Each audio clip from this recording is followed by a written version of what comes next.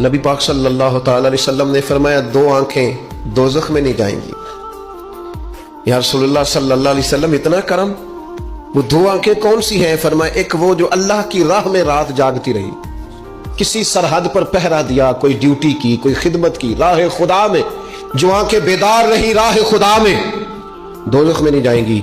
और दूसरा फरमाया, जो रब की याद में रो पड़ी, जिससे खशियत आई, जो डर गया, पर डरा अल्लाह के, आंसू फार सेल ना हो, कोई अदाकारी का माहौल ना बनाए, वो इस तरह ना हो रो रो के दुआ, रिक्कत अंगेज दुआ, और फलां क्या बात, फलां के बड़ा रुलाया और फलां में बड़ा दर्द था और फलां के आंसू निकल आए और पीर साहब की बिला रो ही पड़े।